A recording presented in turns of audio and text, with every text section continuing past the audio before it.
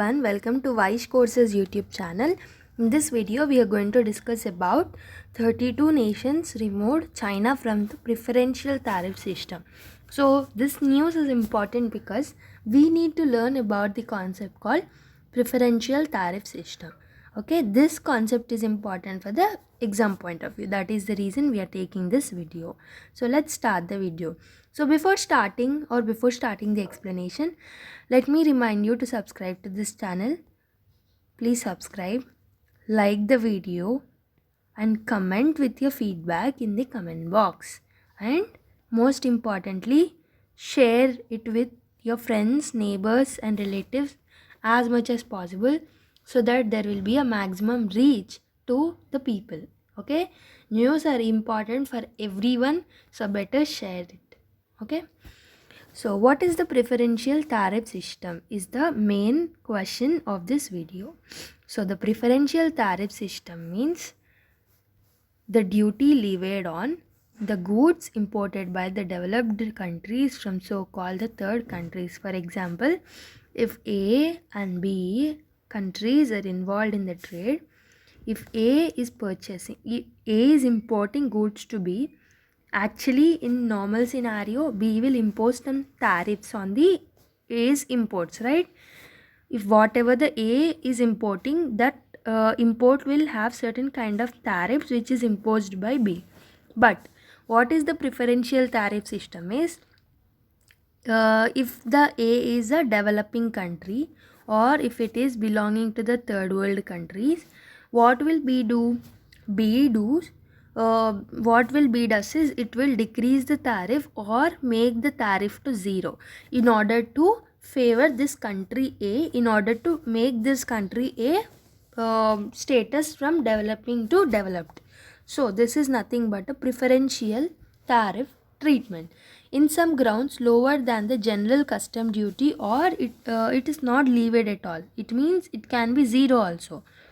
Okay, and the granting of the preferential treatment can be limited to specific annual import quantities. So it is only for the specific annual import quantities only. So China has accorded the preferential treatment since 1978 from more than 40 nations and have been provided or continue to offer a duty-free status on some goods. Okay, from 1978, 40 countries are giving a preferential treatment for China. China Customs has announced that there are 32 nations would no longer grant favorable tariff treatment to Beijing, that is China, from December 1st. Even an economic predicted that labor-intensive enterprises will face the brunt of the change, Taiwan News reported on the November 3rd. And according to the Hong Kong-based online news portal, so HK01, 32 nations would remove China from the trade preference list of receipt of duty-free tariff treatment of certain items. So certain items, there used to be a preferential tariff system in which China 32 nations are taking out China's name. The report cited a statement recently made by the General Administration of Customs of China. China will no longer be eligible for GSP trades benefit from the 27 EU nations. So that 36 nations include the 27 EU nations and the United Kingdom, Canada, Turkey, Ukraine and Liechtenstein. Okay, it is from the December 1st, leaving the country with only 3 options, that is Norway, New Zealand and Australia. Only these 3 countries will have the preferential tariff system towards China. So what is generalized system for preferences? Generalized system for preferences is nothing but it's the institution which is developed in 1971 under the aegis of United Conference on Trade and Development. It is developed under the United Nations of Trade and Development. So it has contributed over the years to creating an enabling trading environment for the developing countries.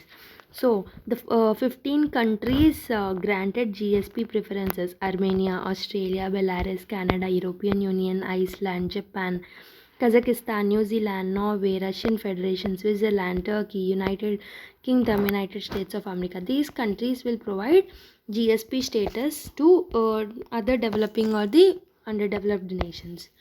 So the objective of the UNCTAD is to support on GSP and other preferential arrangements is to help developing countries, particularly lower developed countries, okay, to increase utilization of the GSP and other trade preferences, and in turn to promote the productive capacity development and to increase the trade from these developing countries. Such support includes the raising awareness and enhancing understanding among experts and government officials in beneficiary countries of the trading opportunities available under the scheme. So the USTR, the China's USTR said that the last update on rules regarding the preferences was released in 1998, and criterion of eligible countries has now turned obsolete. The US considered the per capita and the GNI and the world trade share of the country as the parameters to determine the country as a developing country. The global trade will also be seen. It has to be set by US at 0.5, but in this regard India has already crossed 2.1 for exports and 2.6 for imports in the year 2017 itself. So it will not come under the category actually according to US. Because of this, last year Donald Trump has actually taken out from the GSP status to India. Due to this and the fact that India is the member of the G20, the US said that India will be considered as a developed country, and its per capita GNI is below, even if its per capita GNI is below $12,375 or 8.82 lakhs. India's termination from GSP follows its failures to provide the United States with assurance that will provide equitable and the reasonable access to the markets in the numerous sector. As US was not provided the markets, US actually decided to withdraw the GSP status. And coming to how is GSP different from the MFN. MFN is nothing but most favored nation. So MFN provides the equal treatment to all the countries. Whatever the countries are there in the WTO jurisdiction, all countries will have the equal treatment actually through the MFN. But GSP will provide the unequal treatment in order to gain the equity. Okay, in order to gain the equity, it means developing nations also should get the equal opportunity. This is the main motive of the GSP. And both rule comes under the purview of the WTO, and GSP provides tariff reduction for at least developed countries, but MFN is only for non-discriminating among the WTO. And what is China's reaction for this? So GASEC praised the action and acknowledgement by the advanced economies that China is no longer belonging to the category of the low income and the low middle income nations, and China's products are competitive enough in the market to require no protection. So actually China has a positive reaction on this. But what will happen is China's low margin labor intensive industries will really hard hit. There are many low margin industries which will turn into losses, potentially hastening and movement of manufacturing from China to the developing countries. Okay, this is what in this video we have discussed about GSP, MFN, and the preferential treatment of tariffs. So we have discussed a few concepts relating to imports and exports also. So that is it for today's video. Let's meet with another video in the next class. Until then, take care. Bye bye.